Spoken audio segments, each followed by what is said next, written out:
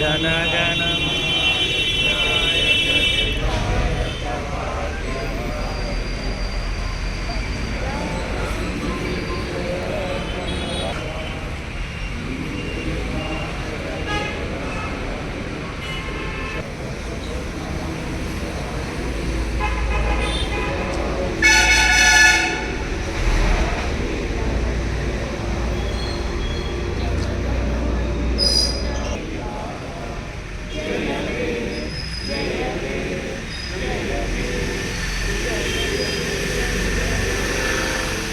అందరికీ ముందుగా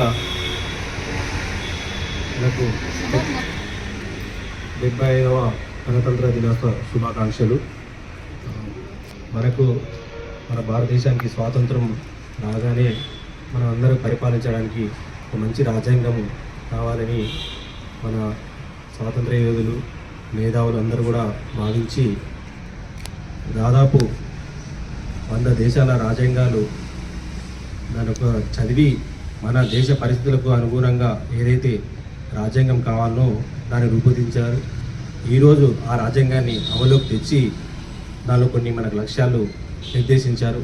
అంటే ఒక సమానత్వంతో ఉన్న భారతదేశం, స్వేచ్ఛతో ఉన్న భారతదేశము, అలాగే అన్ని మతాలని సమానంగా చూసే భారతదేశం కావాలని ఈ లక్ష్యాలు నిర్దేశించారు.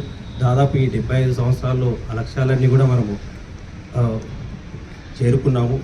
ఇంకా కొన్ని అక్కడక్కడ ఉన్న ఏవైతే లోపాలు ఉన్నాయో అవి కూడా సరిదిద్దుకొని మన దేశాన్ని ముందు వరుసలో ఉంచాలని మనమందరం కూడా ఆ దిశగా పనిచేయాలని కోరుతూ మరొకసారి శుభాకాంక్షలు తెలుపుతూ ముగిస్తున్నాను. ధన్యవాదాలు. జిల్లా ప్రజలందరికీ, అదేవిధంగా ప్రజాప్రతినిధులకు, అధికారులకు, అన్ని వర్గాల ప్రజలకు కూడా 75వ గణతంత్ర దినోత్సవ శుభాకాంక్షలు తెలియజేసుకుంటూ, ఈనాడు తెలంగాణ రాష్ట్రం ఏర్పడ్డదంటే దానికి కారణం డాక్టర్ బిఆర్ అంబేద్కర్ గారు రాజ్యాంగం రచించడం వల్ల ఆర్టికల్ 3 ప్రకారం ఈనాడు మనం తెలంగాణ రాష్ట్రాన్ని ఏర్పరచుకున్నాం. తెలంగాణ రాష్ట్రాన్ని ఏర్పరచుకోవడమే కాకుండా ఈనాడు జిల్లాలు కూడా అంబేద్కర్ గారి రాజ్యాంగం వల్లనే ఈనాడు ఆ యొక్క అవకాశం జగిత్యాల జిల్లా ప్రజలందరికీ కూడా లభించడం జరిగింది.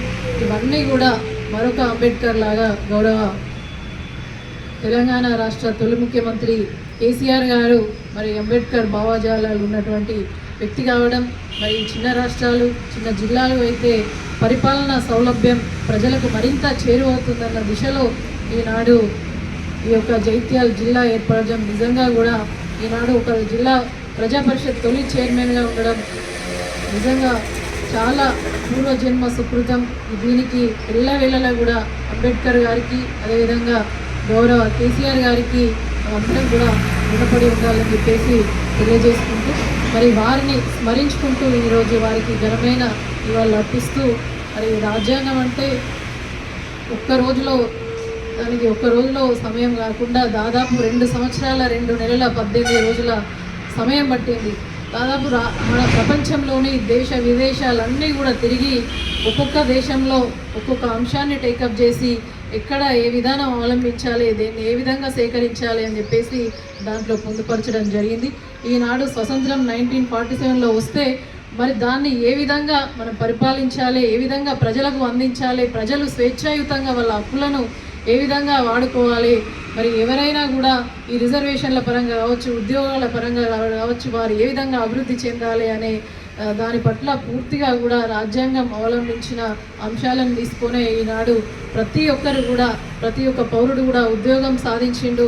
రిజర్వేషన్లు వచ్చినాయి, ఒక మహిళా రిజర్వేషన్ వచ్చిన, అదేవిధంగా ఒక ఎస్సీ దళితుడు కూడా ఉద్యోగం సాధించిన అనేక వర్గాలకు లాభం చేకూరింది అంటే ఇది రాజ్యాంగం వల్లనే, డాక్టర్ బిఆర్ అంబేద్కర్ గారి కృషి అని చెప్పేసి తెలియజేస్తూ ఎప్పటికీ కూడా మర్చిపోలేము. భారత రాజ్యాంగం అనేది ప్రపంచంలోనే అతిపెద్ద రాజ్యాంగం కలిగి ఉన్నటువంటి భారతదేశం మనది. కాబట్టి ఈనాడు వారు స్ఫూర్తితోటి సమానత్వం, సౌభ్రాతృత్వం, స్వేచ్ఛ, అన్ని మతాలు సమానమే, అన్ని వర్గాలు కూడా సమానంగా అభివృద్ధి చెందాలనే ఆకాంక్ష ఏదైతే ఉందో, తెలంగాణ రాష్ట్రం ఏర్పడ్డ తొలి నాళ్ళల్లో దాదాపు 10 సంవత్సరాలలో పూర్తిగా కూడా దాన్ని అంచెలంచెలుగా ఒక బంగారు తెలంగాణ దిశగా తొలి ముఖ్యమంత్రి కేసీఆర్ గారు తీసుకురావడం జరిగింది.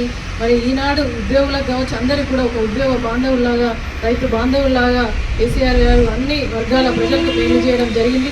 మరి నూతనంగా మళ్ళీ వచ్చేసినటువంటి ప్రభుత్వాన్ని స్వాగతం తెలియజేస్తూ ఆ ప్రభుత్వం కూడా, ఇప్పుడున్న ప్రభుత్వం కూడా ప్రజలకు మేలు చేసే విధంగా మన అంబేద్కర్ గారు రాజ్యాంగంలో రచించిన విధంగా వారి ఆశయాలను అనుసరించి ప్రతి ఒక్క అణగారిన వర్గాలకు ప్రతి ఒక్కరికి కూడా మేలు చేసే విధంగా ఉంటుందని చెప్పేసి ఆకాంక్షిస్తూ మరి ఈనాడు మరొక్కసారి అందరికీ కూడా 75వ గణతంత్ర దినోత్సవ శుభాకాంక్షలు తెలియజేసుకుంటూ